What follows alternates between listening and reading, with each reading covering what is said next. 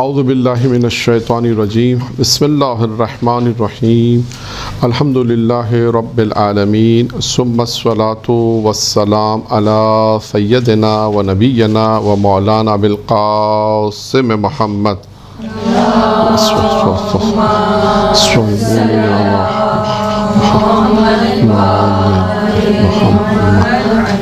وأہل بیتہ الطیبین الطاہرین المعصومین المنتخبین المیامین اما بعد۔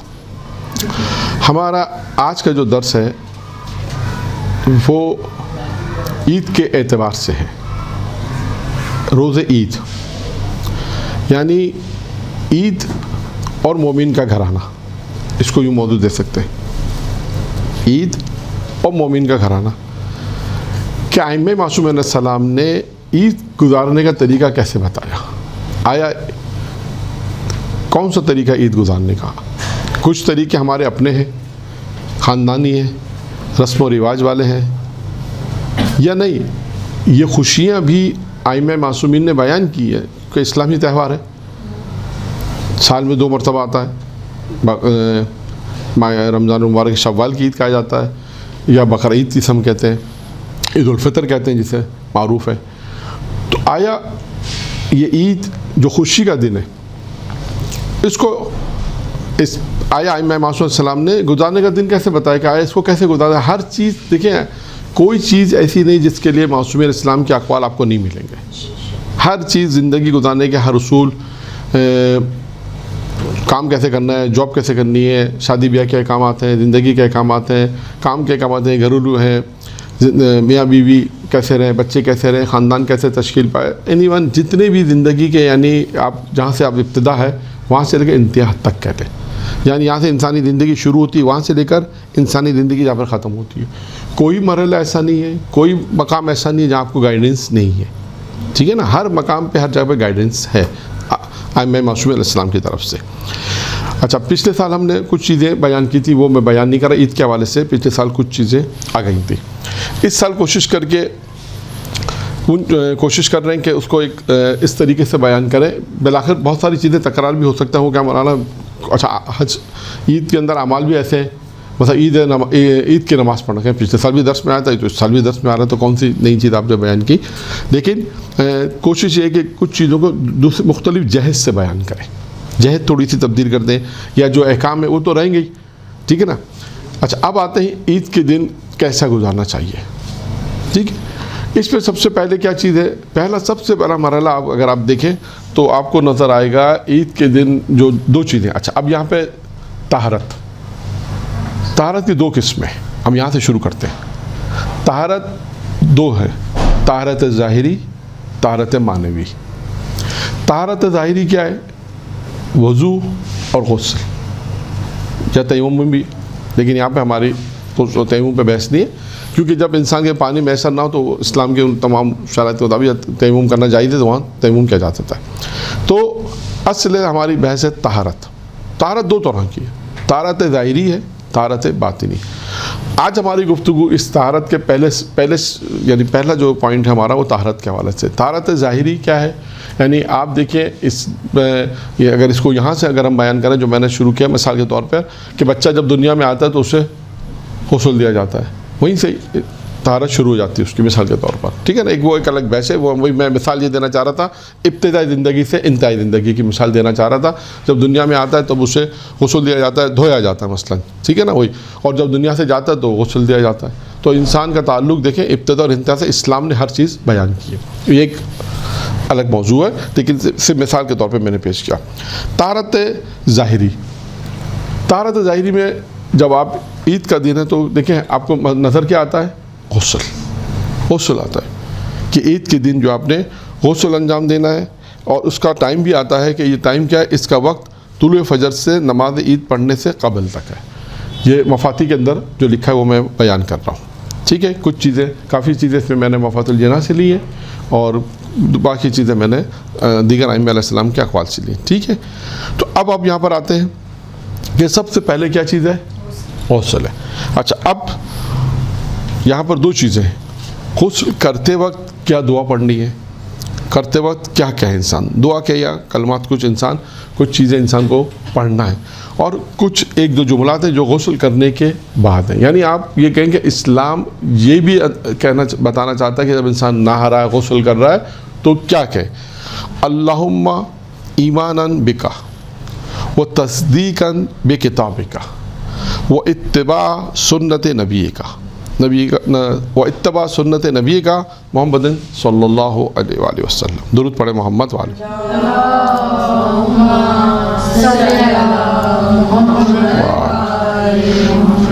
اے معبود میں تجھ پر ایمان، تیری کتاب کی تصدیق اور تیرے نبی حضرت محمد مصطفیٰ صلی اللہ علیہ وسلم کی سنت اللہم صلی اللہ. تین جملے کہنے. اے معبود تجھ پر ایمان، تیری کتاب کی تصدیق، تیرے نبی حضرت محمد مصطفیٰ کی سنت اور روش کا پیروکار ہوں. یعنی آپ دیکھیں انسان جب معصوم فرمایا جب انسان غسل کر رہا ہے تو انسان یہ جملے ادا کرے. دوسرا جملہ جب غسل کرنے کے بعد کیا کہنا ہے؟ غسل کرنے کے بعد کہنا ہے اللہم اجعلہ کفارۃ لذنوبی وطہر دینی اللہم اذہب عنی الدنس. اے میرے معبود اس غسل کو میرے گناہوں کا کفارہ قرار دے اور میرے دین کو پاک کر. اے میرے معبود مجھ سے ناپاکی کو دور کر. اب آپ دیکھیں تین جملے ادا کرنا ہے. جب انسان غسل کرے تو وہ تین مختصر جملے ہیں، اس کو یاد کر لے، اس کو انسان پڑھے کہ پروردگارہ کہ غسل جب کرے تو انسان کہ میں تیرے تجھ پر ایمان، تیری کتاب کی تصدیق اور تیرے نبی کے روش کا پیروکار ہوں، سنت کا پیروکار ہوں. پھر اس کو غسل کرنے کے بعد کیا ہے؟ اے معبود غسل کو میرے گناہوں کا کفارہ قرار دے اور میرے دین کو پاک کر دے اور مجھ سے ناپاکی کو دور کر دے. یہ ہے طہارت ظاہری کہ آپ نے غسل کیا، اپنے جسم کو پاک کیا اور اس کے بعد جو کلام تھا اس کو ادا کیا. تو پہلا مرحلہ ہو گیا ہمارا غسل کا. اس کے بعد ہم آتے ہیں اب جب انسان دیکھیں اب عید کے دن کیسے گزارنا ہے، عید المومن، سب سے پہلے غسل آ گیا. اب دوسری چیز کیا ہے؟ نماز فجر. نماز فجر صبح کی نماز جو میرا خیال ہے مجھے نہیں معلوم، لوگ کہتے ہیں کہ جو سارا پورا مہینہ جس نے نماز فجر رمضان میں پڑھی ہوتی ہے وہ عید کی قضا کرتا ہے، سو جاتا ہے کہ اب تو چاند ہو گیا، اب تو سونا ہے، اب تو رات میں جا کے کیا کرنا ہے، اور پھر اطمینان سے اٹھتے ہیں. پہلی جو قضا ہوتی ہے نماز وہ عید کی فجر کی ہوتی ہے. تو انسان اس بات کی بات توجہ کرے. اب آئے گا آج کی دیگر گفتگو میں کہ یہ انسان جو روزے رکھتا ہے اور یہ تمام چیزیں اس کا کیا فائدہ ہے. تو پہلی چیز کیا ہے؟ یعنی دین کا آغاز اللہ کی اطاعت سے، یعنی اور وہ خاص تکبیر ہے. نماز کے بعد جو تکبیر پڑھنا ہے وہ تکبیر پڑھے جو عید کے دن پڑھی جاتی ہے، ان تکبیر کی تکرار کرے نماز فجر کے بعد. یعنی دن کا آغاز اطاعت الہی سے انسان کرے. اور اس سے پہلے بہتر ہے کہ انسان اگر نماز شب چاہے 2 رکعت 3 رکعت کم از کم 3 رکعت جو پڑھتا ہے 3 رکعت پڑھے، یہ 11 رکعتیں اگر وہ پڑھے تو سمجھے آغاز وہیں سے ہو گیا اگر انسان نے نماز شب پڑھی ہے. نہیں تو فجر کی اگر نماز پڑھ رہا ہے تو دن کا آغاز جو ہے وہ انسان اللہ کی اطاعت سے کرے. ٹھیک ہے، تو پہلی چیز ہو گئی نماز فجر. اس کے بعد کیا ہے؟ اس کے بعد انسان عید کی نماز سے پہلے جائے تو فطرہ دے یعنی دوسروں کی مدد کرے. اب فطرہ دینے کے جو 2 فائدے بیان کیے وہ میں بتا دیتا ہوں کہ واضح رہے کہ زکوٰۃ فطرہ واجب موقت ہے، یہ جو ہم دیتے ہیں واجب ہے. اس کے بعد ہے کہ جو ماہ رمضان کے روزوں کی قبولیت ہے، یعنی جو آپ نے یہ فطرہ دیا یہ کیا ہے؟ لکھا ہے کہ ماہ رمضان کی روزوں کی قبولیت ہے اور سال آئندہ تک حفظ اور امان کا سبب ہے. تو آپ دیکھیں کہ یہ فطرے کے سرسری سے 2 فائدے میں نے بیان کر دیے. تو آپ نے فطرہ نکالا، جو فطرہ واجب ہے، جو نکال رہا ہے فطرہ اور وہ وقت پہ پہنچا رہا ہے، فطر کے مسائل مولانا صاحب نے بیان کر دیے کہ فطرے کی کیا. لیکن میں یہاں پہ جو روایت نقل کی کہ فطرہ جب انسان نکال رہا ہے، یعنی آپ دیکھتے جائے گا میں اختتامی مراحل میں اس کو خلاصہ بھی بیان کر دوں گا. پہلے ہم ترتیب سے چل رہے ہیں، پھر اختتام میں ہم اس کو بیان کریں گے. کہ دیکھیں اس دنوں میں کیا کیا چیزیں. دوسروں کی مدد اور فطرہ آ گیا. فطرے کے 2 فائدے میں نے آپ کے سامنے پائیں گے. تیسری چیز کیا ہے؟ نماز عید. عید کی نماز انسان جائے عید کی نماز پڑھے. اب عید کی نماز کا پچھلے سال ہم نے خود جو قنوت پڑھا جاتا ہے اس کا ترجمہ کیا تھا, اس میں کیا پیغام ہے, یہ پچھلے سال بیان ہو چکا ہے. ٹھیک ہے. عید کی نماز یعنی یہاں پر بھی اگر ہم دیکھیں تو آپ دیکھیں نماز انسان فجر پڑھتا ہے, گھر آیا, گھر آنے کے بعد تھوڑا ریسٹ کیا, فطرہ نکالا, پھر عید کی نماز. کیونکہ فجر 5 بجے ہو رہی ہے, عید کی نماز 8 بجے ہو رہی ہے, 9 بجے ہو رہی ہے, اتنی دیر آدمی مسجد میں اس کے لیے رہنا مشکل ہوتا ہے. نماز فجر پڑھتا ہے, فجر پڑھنے کے بعد وہ گھر آ جاتا ہے, تھوڑا ریسٹ کیا, پھر فطرہ نکالا, فطرہ دیا, نماز عید سے پہلے فطرہ دیا اور اس کے بعد نماز عید. یعنی آپ دیکھیں کہ عبادت الہی, اطاعت الہی, پھر دوبارہ مسجد کی طرف. ٹھیک ہے. اس کے بعد نماز عید انسان جب پڑھتا ہے, نماز عید ہو گئی. اس کے جو نکات تھے وہ پچھلے سال بیان ہو چکے ہیں. چوتھی چیز کیا ہے؟ دعائے ندبہ. عید کی دعائے ندبہ بھی ہے. اب دعائے ندبہ کے اپنے فوائد اپنے مقام پر ہیں جو بیان ہوتے ہیں, اس کے اپنے جو فوائد ہیں یا جو چیزیں اس میں بیان کی گئی ہیں. یعنی اس سے ایک نقطہ جو ہمیں سمجھ میں آیا وہ ہے کہ انسان عید کے دن بھی اپنے وقت کے امام کو یاد رکھے, دعائے ندبہ پڑھے. ایک یہ کتنے نکات ہو گئے؟ 4. 5واں کیا ہے؟ زیارت امام حسین ہے نا, زیارت وارثہ پڑھے. زیارت وارثہ یعنی عید کے دن بھی ایک کام, اہم ترین کام کیا ہے کہ امام حسین علیہ السلام کو یاد رکھنا ہے. ان کے انسان گریہ کرے. جب زیارت وارثہ پڑھے گا تو گریہ ہو جائے گا, گریہ کرے گا, ان کے بھوک و پیاس کو یاد کرے گا, ان پہ ہونے والے ظلم کو انسان یاد کرے گا کہ ان کو ظلم ہوا تو انسان گریہ کرے گا. وہ تمام چیزیں جو مصائب میں انسان پڑھتے ہیں. یعنی خیر زیارت وارثہ انسان پڑھے, امام حسین کو یاد رکھے. 6 اب یہ بہت ساری چیزیں اب یہ مستحبات میں ہے کہ انسان عیدی تقسیم کرتا ہے. عیدی تقسیم کرے, بچوں کو عیدی دے. اب آپ کہیں گے بچوں کو عیدی دے, بڑوں کو نہیں دے, بڑوں کو بھی عیدی دے. یہ سب ڈپینڈ کرتا ہے اب خاندان کے رسم و رواج پر کہ کس کو عیدی دی جائے. لیکن یہ ہے کہ بچوں کو عیدی دے, بڑوں کو بھی دی جاتی ہے. ایک عیدی دے اس کا کیا مطلب ہے کہ انسان جو ہے وہ دوسروں کی خوشیوں میں شریک ہو.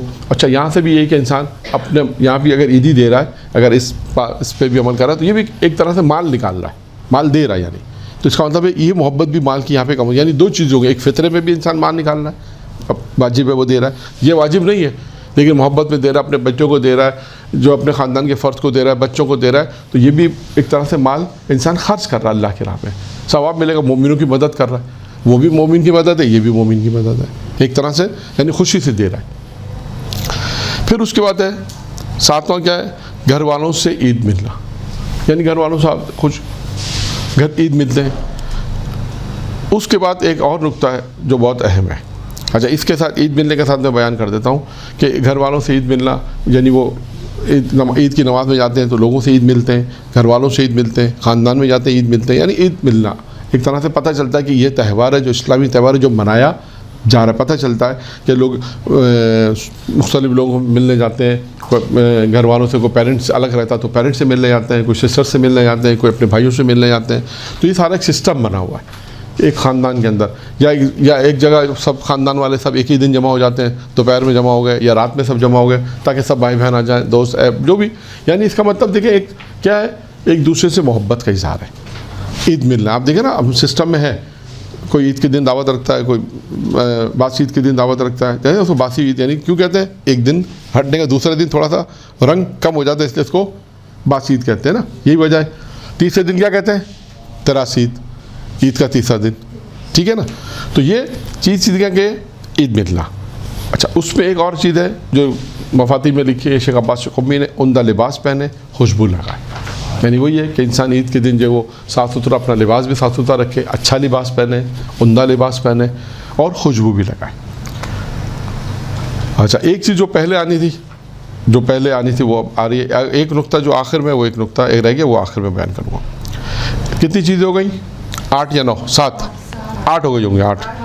ہاں اچھا لباس اچھا پہنے. پھر ہے عید کی نماز سے نماز عید سے پہلے دن کا آغاز افطار سے کریں. افطار یعنی کیا مطلب؟ یہاں پر کچھ کھا لیں, نماز سے پہلے، عید کی نماز سے پہلے جا رہا ہے تو کچھ کھا لے، اس میں کھجور مٹھائی وغیرہ ہے۔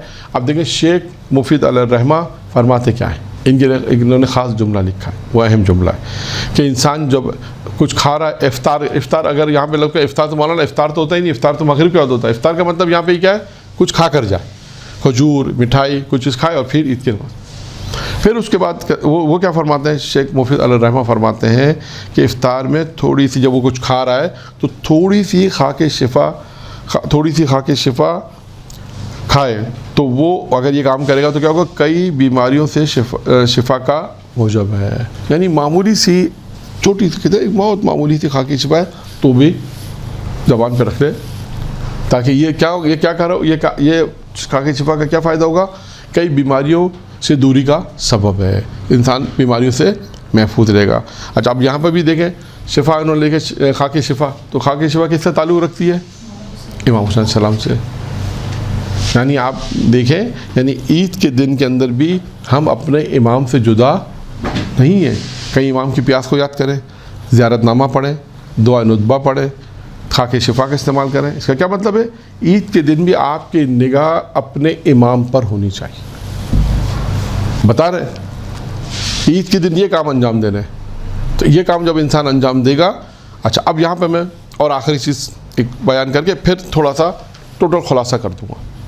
آخری چیز کیا ہے، وہ یہ کہ خواتین حجاب کا خیال کریں، جو بہت اہم مسئلہ ہے معاشرے کے لحاظ سے، کیونکہ خواتین بھی اور لوگ بھی یہ سمجھتے ہیں کہ بس اب جیسے بالکل اس کی مثال ایسی ہے جیسے 8 ربیع الاول کا دن ختم ہوتا ہے نا، تو لوگ سمجھتے ہیں ہم آزاد ہو گئے، اب ہم پہ کوئی پابندی نہیں ہے۔ یہ ان لوگوں کے لیے جو خیال کرتے ہیں، یعنی جو اپنے آپ کو سمجھتے ہیں کہ ہم نے 2.25 مہینے حجاب بہت کر لیا، 2.25 مہینے ہم نے عزاداری بہت کر لی، 2.25 مہینے ہم نے نمازیں پڑھ لی، 2.25 مہینے ہم اب پابند، یہ ان کے لیے ہے۔ یعنی جو اپنے آپ کو پابند رکھا، جنہوں نے پابند ان مہینوں میں بھی اپنے آپ کو پابند نہیں رکھا، ان کے لیے تو کوئی بحث ہی نہیں، گفتگو نہیں ہماری۔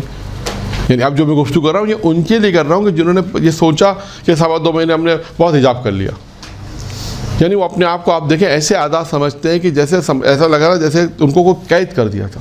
بالکل ماہ رمضان المبارک میں بھی ایسا ہی ہوتا ہے کہ 1 مہینہ روزہ رکھنے کے بعد عید کے دن تو ایسا لگتا ہے جیسے یہ انہوں نے رکھے تھے روزے۔ اچھا یہ لوگ تھے جنہوں نے روزہ رکھے تھے، یہ تھے 2 دن پہلے، تو یعنی اپنے آپ میں اتنی کیفیت تبدیل ہو جاتی بعض اوقات کہ ایسا لگتا نہیں کہ روزے انہوں نے رکھے تھے، نمازیں انہوں نے، یعنی اپنے آپ کو اتنا بے حجاب کر دیتے ہیں، بے حجاب میں گھومتے ہیں یا دین کا خیال نہیں کرتے۔ تو یہ تمام چیزیں کیا ہیں، خواتین کیونکہ آپ کو معلوم ہے معاشرے کا ایک اہم حصہ ہے اور ان کی ایک اہم ذمہ داری ہے، تو خصوصاً عید ملنے میں نامحرم محرم کا خیال کریں، خصوصاً یہ معلوم کریں کہ نامحرم کون ہے۔ بہت سی چیزیں شاید ابھی بھی لوگوں کے علم میں نہیں ہے کہ محرم کون ہے اور نامحرم کون ہے، تو یہ معلوم کریں۔ کس سے حجاب کرنا ہے، سب سے پہلا مرحلہ آئے گا، کتنا حجاب کرنا ہے یہ دوسرا مرحلہ آئے گا۔ تو یہ تمام چیزیں معلوم کرنے کے بعد پھر اس کے بعد وہ حجاب کے مرحلے میں داخل ہوں گی کہ حجاب کن سے کرنا ہے، کن سے حجاب نہیں کرنا، حجاب کتنا کرنا ہے۔ پھر اس کے بعد جب یہ معلومات حاصل کر لیں، فقہ اعتبار سے جو مسائل ہیں وہ میں ایسے واجب مسئلہ فقہی بتا دیتا ہوں جو ثانی صاحب کا ہے، تمام شرائط کے ساتھ کہ عورت اپنے اتنا یہاں تک ہاتھ کھلا رکھ سکتی ہے، یعنی یہ ہاتھ کلائی کے تک، باقی تمام حجاب ہے، اور چہرہ اتنا کھلا رکھتی ہے، وہ ان تمام شرائط کے ساتھ جو آغا سستانی نے بیان کی ہے۔ اس کے علاوہ کوئی چیز بھی جو بال وغیرہ اگر نظر آئیں تو یہ حرام شمار ہوں گے۔ تو اب خواتین کی جو اہم ذمہ داری ان تمام چیزوں میں آپ دیکھیں، عید ملنے کے بعد یعنی رمضان ختم ہوتا ہے تو بعض جگہ دیکھا گیا ہے، بہت ساری چیز دیکھی گئی ہیں کہ انسان یہ سمجھتا ہے کہ جیسے ہم ایک قید میں تھے اور ہمیں اب آزاد کر دیا، اب محرم تک ہمارے پاس کوئی پابندی نہیں ہے۔ یہ ان لوگوں کے لیے جو پابندیاں اپنے اوپر، میں نے عرض کیا، جو پابندیاں اپنے اوپر سمجھتے ہیں کہ ہاں یہ پابندی ہے، جو ماہ رمضان المبارک کا بھی احترام نہ کرے، خدا کے حکم کا احترام نہ کرے، مثال کے طور پہ کوئی بھی احترام نہ کرے، یہ ان کے لیے بات نہیں ہے۔ یہ ان کی بات ہے کہ جو احترام کرے گا تو اپنے آپ کو آزاد سمجھے کہ اب تو رمضان چلے گیا، اب تو ہم آزاد ہیں، اب تو ہمیں کوئی ٹینشن نہیں ہے، اب آرام سے محرم تک کوئی ہمیں فکر نہیں ہے، نہ میرا محرم کی فکر نہیں ہے، حجاب کی فکر نہیں ہے، اب ہم آزاد ہیں جیسے دل چاہ رہے ہیں۔ نہیں، ایسا نہیں کرنا۔ تو اب آپ دیکھیے کہ کتنی چیزیں ہو گئیں، 10 چیزیں میرے خیال ہو گئی ہیں۔ تو 10 اہم کام مومن و مومن کے گھرانے میں ہونی چاہیے. کم از کم یہ ہو سکتا ہے اور بھی بہت ساری چیزیں ہو سکتی ہیں, کوئی اہل علم اور بھی بتا دے. کم از کم یہ 10 کام ہو کہ جس میں یہ تمام چیزیں ہوں کہ خواتین کس طرح حجاب کریں. اب آئیے, یہ ہو گیا ایک سرسری سا درس کے حوالے سے. اب اگر آپ دیکھیں اس کے اندر کہ 10 چیزیں جو ہم نے بیان کی ہیں کہ انسان عید کا دن کس طرح گزارے. اطاعت الہی سے دن کا آغاز ہوگا, دوسروں کی مدد ہوگی, فطرہ ہوگا, پھر خدا کی بارگاہ میں عید کی نماز ہے, زیارت وارثہ ہے, امام حسین علیہ السلام کو یاد کرنا ہے, عید تقسیم کرنا ہے, یہ بھی محبت ہے, محبت کا اظہار کرنا ہے, گھر والوں سے عید ملنا ہے. اس کے بعد کیا ہے, عمدہ لباس پہننے, خوشبو لگانا ہے, اور اس کے بعد نماز عید سے پہلے جو ہے وہ انسان افطار کرے, یعنی کچھ کھا لے. اس میں بھی کھا کے شفا, اگر تھوڑی سی کھا کے شفا کھائے گا تو اس کو کیا فائدہ پہنچے گا. تو اور اس کے بعد جو بیماری سے محفوظ رہے گا. اور آخری یہ تھا, خواتین باحجاب رہے, اپنے حجاب کا خیال کریں. یہ بھول نہ جائیں کہ یہ حجاب جو ہم نے اگر ابھی شروع کیا ہے تو یہ تحیات ہے. تعجب کب ہوتا ہے, میں پوری روایت نہیں سنا رہا, آپ لوگوں نے بھی اعلان سنا ہوگا, قبرستان تو ہر خواتین نہیں جاتی یا جاتی ہیں نہیں معلوم, خیر آپ تو جانے لگے, ورنہ ایک زمانہ تھا کہ بہرحال جب کسی خاتون کا انتقال ہوتا ہے تو ایک اعلان ہوتا ہے. کیا اعلان ہوتا ہے جی؟ نہیں, یہ اعلان نہیں ہوتا. یہ اعلان ہوتا ہے کہ وہ آپ حضرات, ہاں, کہ جو نامحرم ہے وہ چلے جائیں اور محرم حضرات صرف یہاں پر رہیں جو ان کا چہرہ دیکھ سکے, مثال کے طور. تو یہ روایت ہے, میں کبھی بیان کروں گا کہ فرشتے کون سے مقامات پہ ہنستے ہیں. ایک روایت ہے پیغمبر کی معراج کی, 3 مقامات ہیں جہاں پہ فرشتے ہنستے ہیں اور 3 مقامات ہیں جہاں فرشتے روتے ہیں. ان ہنسنے والا ایک جو مقام ہے وہ یہ کہ جب یہ اعلان کوئی کرتا ہے کہ آپ حضرات جو ہے وہ نامحرم چلے جائیے, اب جو ہے وہ محرم حضرات کھڑے رہیے. تو یہ فرشتے ہنستے ہیں اس بات کے اوپر ہے کہ تعجب کرتے ہنستے ہیں کہ ساری زندگی نامحرم میں رہی تو کوئی ٹینشن ہی نہیں, اس وقت کسی نے کچھ نہیں ٹوکا. کہ آپ کوئی دیکھنے والا نہیں ہے, اب کوئی نہ دیکھنے والا ہے, قبر میں جانا ہے, اس کے بعد ختم, کوئی دیکھنے والا نہیں ہے صرف. اور اس وقت یہ اعلان ہو رہا ہے پھر کہ جو ہے وہ نامحرم ہٹ جائیے, محرم کہ یہ تعجب ہنستے فرشتے اس کے اوپر جب یہ اعلان ہوتا ہے. تو خیر کہنے کا مقصد یہاں پر یہی ہے کہ یہ حجاب بہت اہم ہے, ٹھیک ہے, اس سے زیادہ مزید گفتگو نہیں ہو سکتی.